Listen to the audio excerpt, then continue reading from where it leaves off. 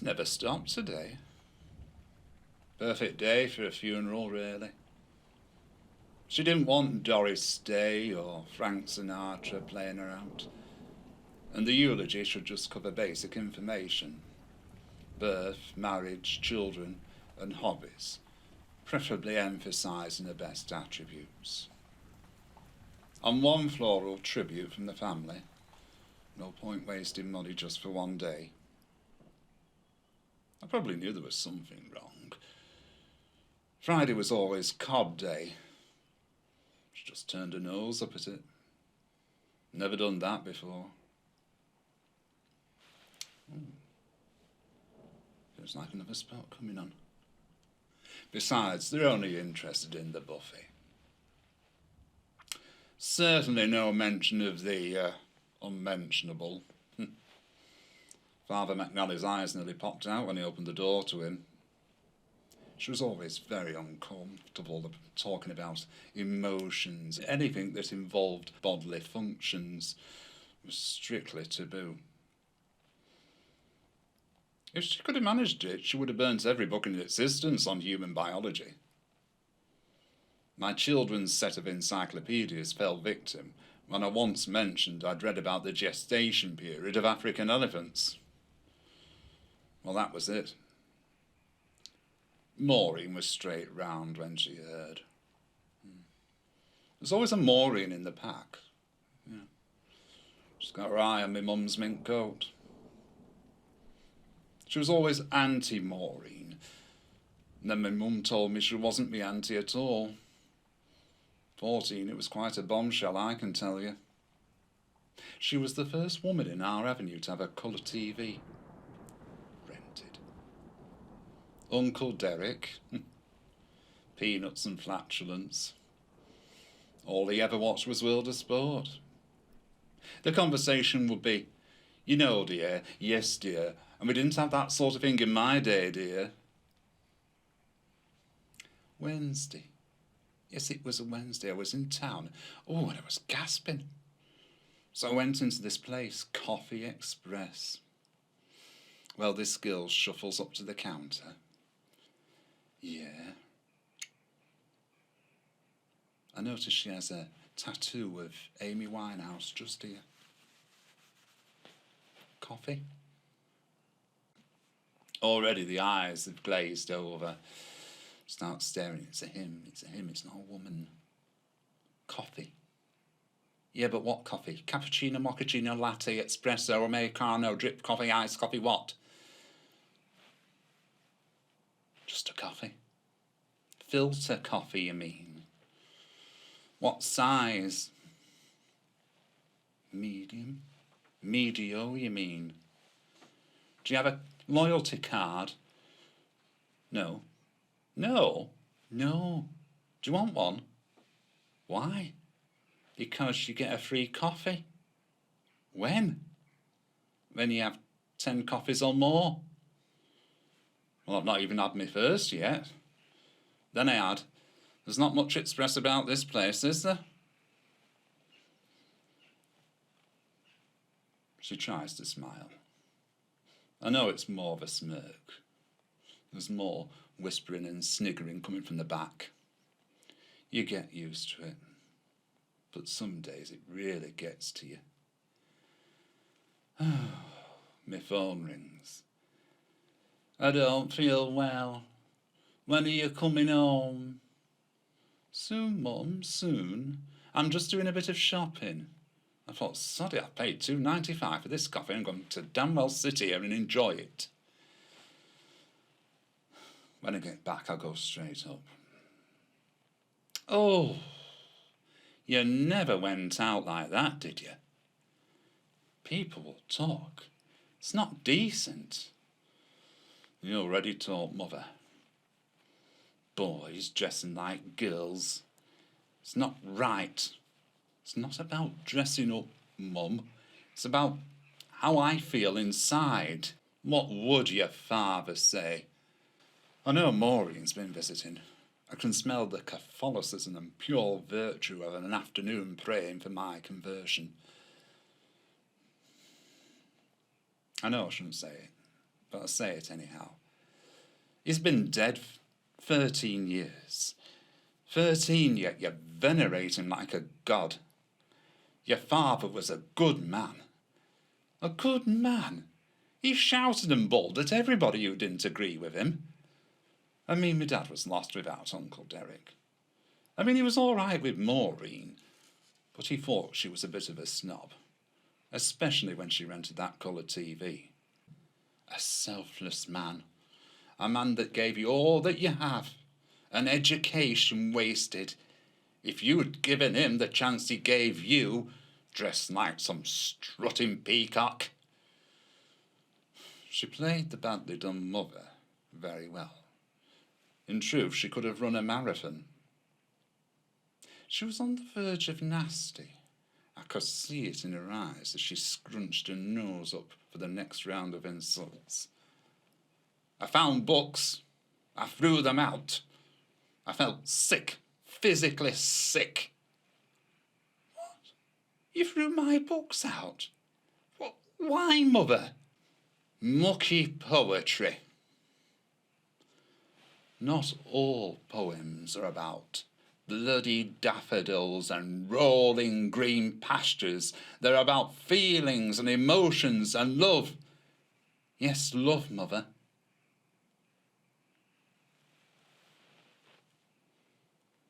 She's quiet. I shall have a boiled egg for tea, thank you. I do love you.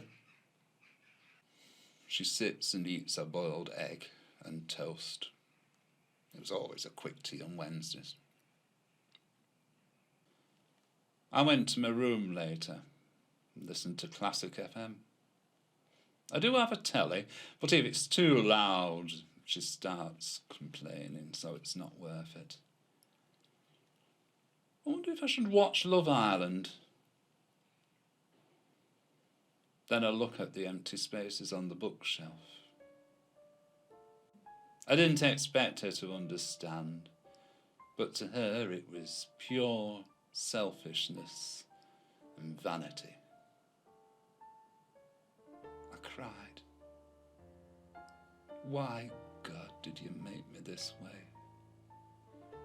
You had the pick of the billions, yet you chose me. All I ask is for one simple thing. Make me a woman. Is that so difficult for the Almighty to do? Ah, says the Lord, there's a problem. Your mother is also requesting you stay as you are, and I feel obligated to her for her countless devotions. Besides, I need all the followers I can get these days. So I'm afraid the meat and 2 veg must stay put. The music played on. It's very tempting to say something nasty about her. I mean, she could be lovely, but sometimes she could be a right old cow. Are you talking to me? Yes. Only you went very funny last night. That's because you threw my books out. Turn the dedications on. I do love to hear them. Maybe one day somebody will send one in for me. Beezy. Carmen. Oh, I do love the music, but not the story. Why? Why? Because she's not a very nice person, is she? Seducing men, leading them on.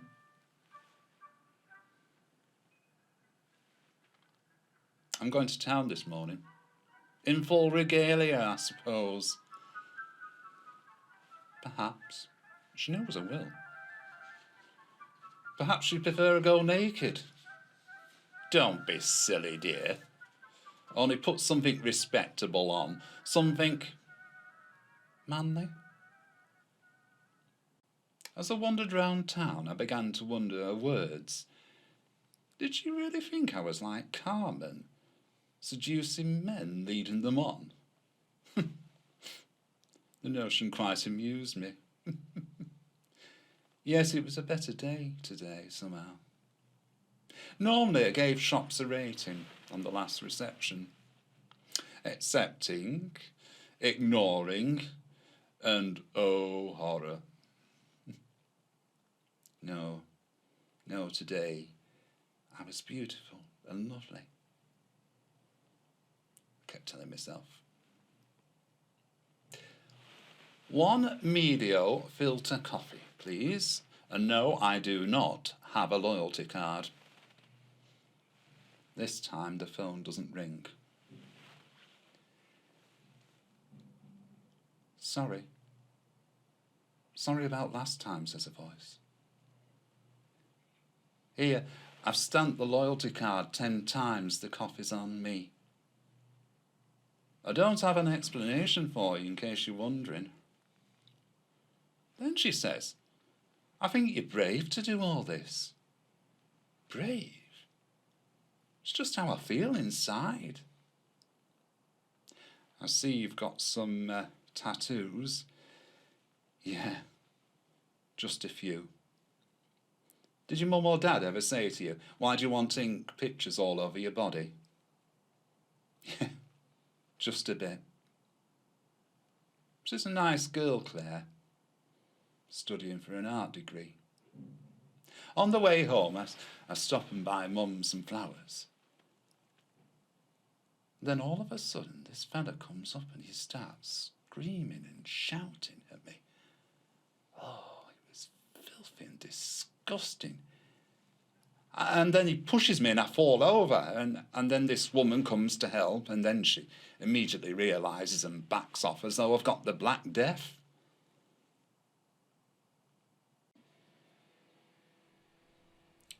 The house is quiet when I get back.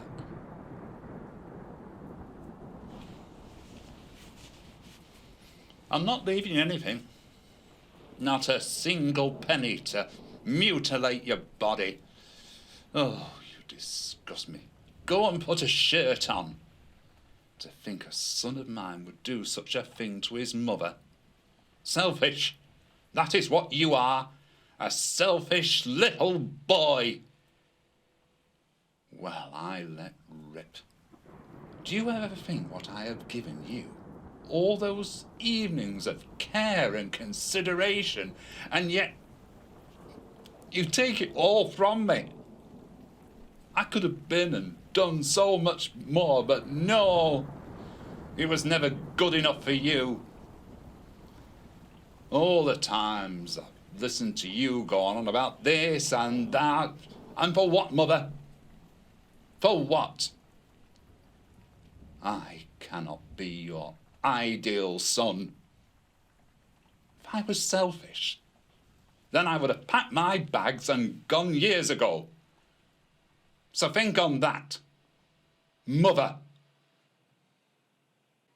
She is silent. I take the order for tea, as Thursday is any suggestions day or what's in the cupboard. We sit, watch TV. Eventually our eyes close and I take the tray down to the kitchen.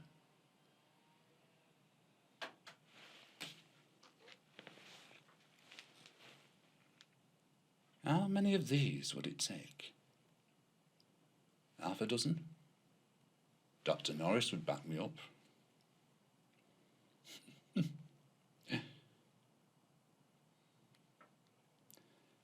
I was confused. My mind wasn't in the right place. Is that how they term it? She knew I was cross. Apparently, Maureen, bloody Maureen, had seen me in town. What the hell does Maureen know about it anyhow?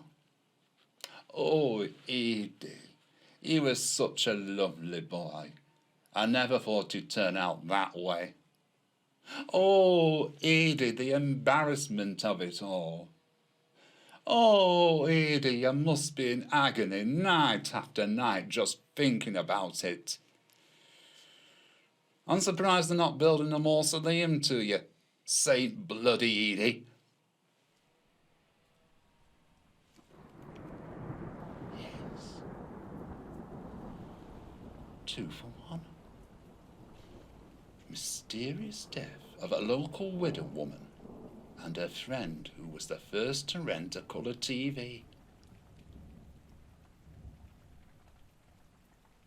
Now stop this, I thought.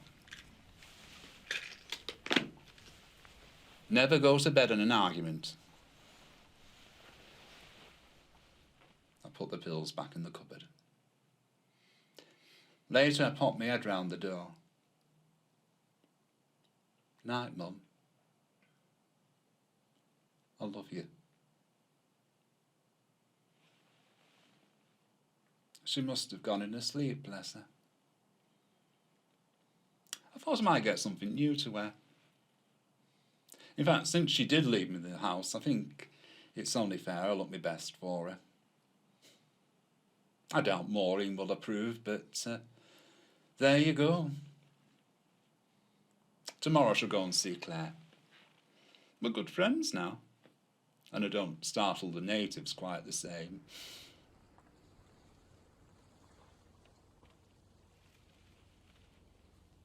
Oh look, the hearse has arrived. And it's stopped raining. Well, Carmen, it's your turn to drive them crazy.